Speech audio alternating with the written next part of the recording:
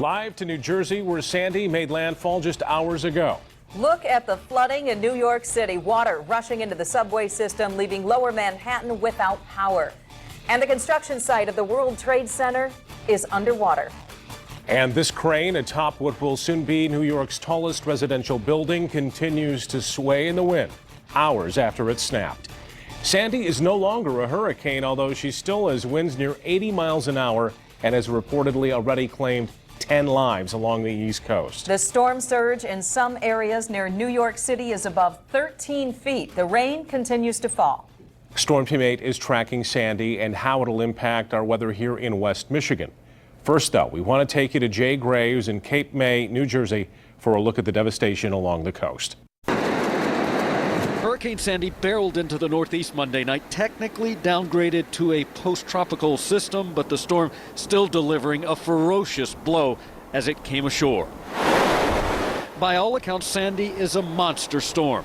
At its peak, extending 700 miles wide with hurricane-force winds stretching out 175 miles from the center. More than 50 million people could be affected. The storm has knocked out electricity across the region, downing trees and power lines, flooding low-lying areas, and wreaking havoc for everyone in its path.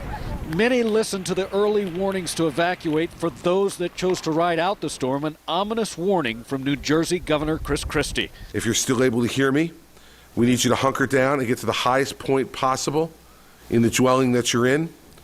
We will not be able to come and help you until daylight tomorrow. The storm made landfall in southern New Jersey near Atlantic City, washing away a portion of the city's famed boardwalk. In New York, Sandy's winds took down a construction crane that is now dangling over lower Manhattan. While nearby at Battery Park, record water levels top the seawall. Low-lying areas of the city are now underwater. In some places, only the roofs of cars can be seen.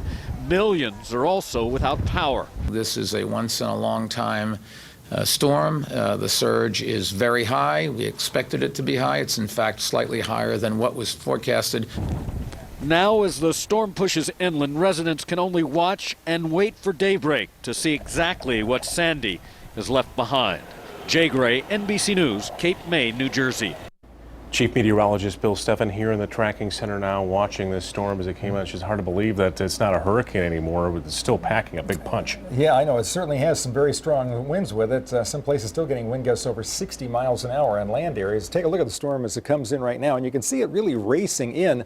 The track of the storm taking it right across southern New Jersey, and right now the center right here in Pennsylvania, southeastern Pennsylvania. Tremendous flow and push of water toward the shoreline. New York City at Battery Park, their strongest storm surge, beating the record from 1821, that far back.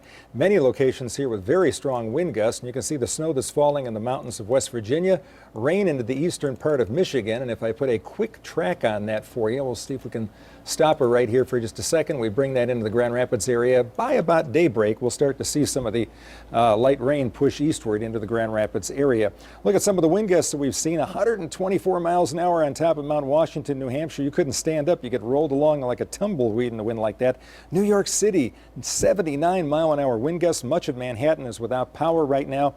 78 miles an hour there at Newark and 77 on the beach at Atlantic City. Here's what the winds do tomorrow. In the light blue, that's winds over 20 miles an hour. In the deep blue, that's winds over 50 miles an hour. You can see they're getting some 50-mile-an-hour wind gusts all the way to the edge of Lake Erie, but not so much here in Michigan. I think our winds tomorrow will be in the 20 to 30-mile-an-hour range, but we'll have more on that for you a little bit later on. Very windy and cold day coming up tomorrow. Thank you. Sandy is bringing very strong wind gusts to West Michigan and kicking up large waves out on the big lake. This is video from St. Joseph earlier today, and right now the waves are continuing to grow. Forecasts show waves could reach 30 feet out in the middle of the lake tomorrow. Kyle Underwood is continuing to track the impact that Sandy will have on our weather. Kyle? And it's amazing to look at that video, Sue, from earlier this afternoon. I think that the waves are going to be a lot bigger tomorrow, and the waves that we will see out on Lake Michigan being dwarfed by what has happened today on the Atlantic eastern seaboard. Very windy coming up for West Michigan tomorrow, and this is the outer effects of the remnants of Hurricane Sandy. We've got that precip that Bill just tracked for you moving through West Michigan. It will be very light, and it could be a light wintry mix.